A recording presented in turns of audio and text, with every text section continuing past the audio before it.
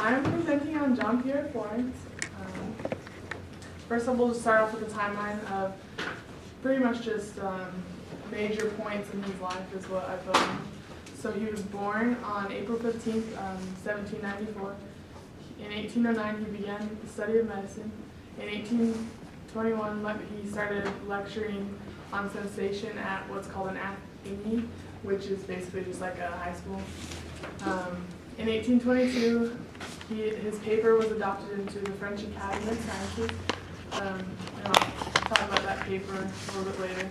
In 1823, he received his doctorate degree, and in 1828, he started lecturing on history, but this was in a college.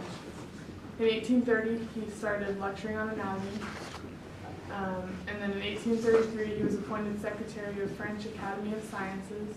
1838, he became a national deputy. In 1845, he was the commander of the Legion of Honor. In 1848, he withdrew completely from political life, and then he died in 1868. So he pretty much devoted his life to studying the brain. He was the founder of experimental brain science, and he pioneered anesthesia. He was the first to prove that the mind was located in the brain and not in the heart. So he was really big on the unity of the brain. He knew that, before he started his studies, he knew that all the parts of the brain did different things, and he believed that they all had to work together in order for the human body to work. And he also studied how the brain recovered. So I put as his major contributions, again, he was the founder of brain science.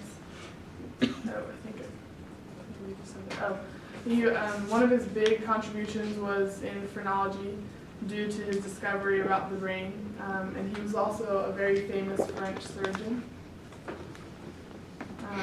So he used this method of ablation, which was experimental procedure which he would take out certain parts of the brain and see how the animal, or because he did studies on animals, to see how the animal would do without that part of the brain as opposed to with it.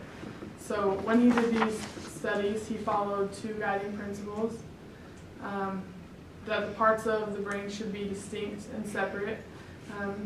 He basically went with 6 major parts of the brain, which were the cerebral hemispheres, the cerebellum, the corpora quadrigemina, the medulla oblongata, spinal cord, and the nerves. And again, he studied the animals before and after he did the procedure. His studies were so influential because it allowed a lot of control on the studies and then a lot of precision.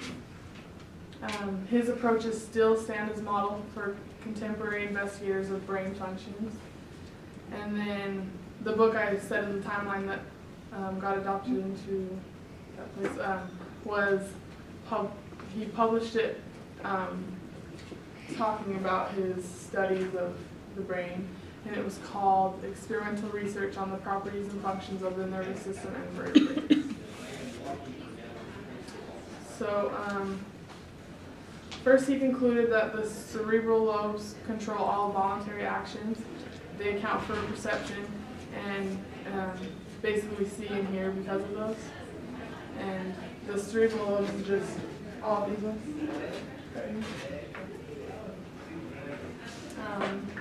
He concluded that the cerebellum controls and coordinates the motor activities such as walking, jumping, flying, and standing. And as you can see, the cerebellum is right here.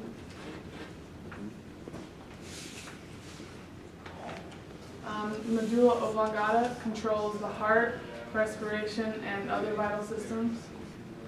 And that is right here.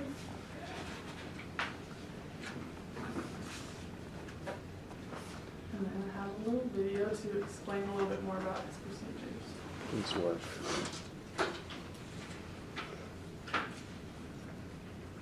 Age was once indoor. Oh, actually, this is a video about, it's not about his procedures, but it's about a guy that had an accident with the brain, and it just kind of goes through. He still was able to function even through this accident. So I'll just let the video explain that. Phineas Gage was once an ordinary railroad foreman. He was a happy, healthy, and friendly person until a freak accident caused him irreparable brain damage. Now, Gage is remembered as a famous medical mystery.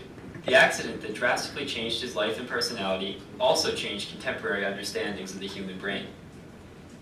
The horrific accident occurred in 1848 when Phineas Gage was clearing rocks from a new railroad's future path. He was placing gunpowder into the cracks and rocks and then detonating them to clear them. One day, he made a mistake with his explosives. Gage forgot to cover the gunpowder he was patting down with sand. When he tried to pat the gunpowder into the rock, it exploded and launched a 3-foot-long metal pole through his skull. The projectile dragged parts of both his frontal lobes along with it. Despite the gruesome injury, Gage was relatively unaffected by the accident. Some reports say that he convulsed for the first minute after the impact, but many believe that he never actually lost consciousness. Regardless, he was undoubtedly conscious about 1 minute after the impact. Gage sat up and actually spoke to his fellow railroad workers. When they wheeled him to a doctor, he insisted on being given his time book to continue doing his job as a foreman. While Gage's determination to continue working despite his terrible injury may seem odd, the effects of his injury were even stranger. The open brain wound healed after only 10 weeks, and Gage was able to count, sing, feed and dress himself, and make sense of information that was given to him. Some aspects of Gage never fully recovered, however. His personality was completely different.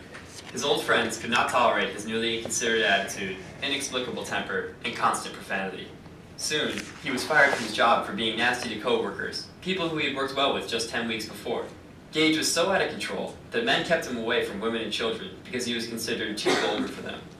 Even though he had physically healed, something was still wrong. As his doctor said, Gage was no longer Gage.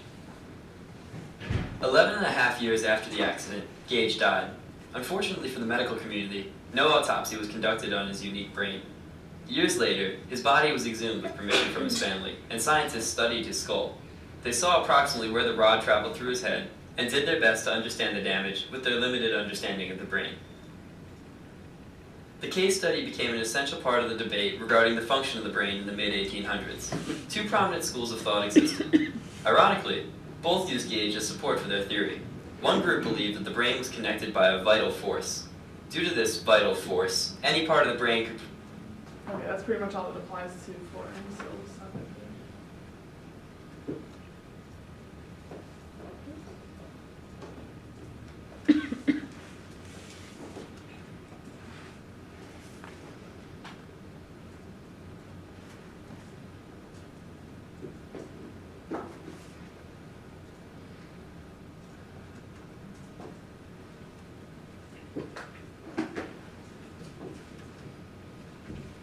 Okay, so Florens concluded that the effects of ablation depend on how much tissue is removed. He also concluded that the parts of the brain when damaged make a person lose function after time that they can recover. He believed that recovery of the brain happens because other parts of the brain take over the parts that were damaged. These principles can be applied to stroke victims. When people have strokes, they often lose some functions, I guess you could say, but then after time, they can get some of them back.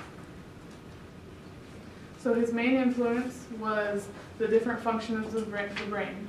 And then he was the founder of experimental brain science, pioneer in anesthesia, and again was first to prove the mind was in the brain and not the heart. And the scripture I chose for this was Jeremiah 33:3. And it says, "Call to me, and I will answer you, and I will tell you great and hidden things that you have not known." And I chose this one because I think that the only way that, John Pierre Florens and any other psychologist and anyone really in this world, that we come to know things is because of God. And so I think that's the reason why we find out the great things that we do, and that's why Florens found out what he did. So that's it.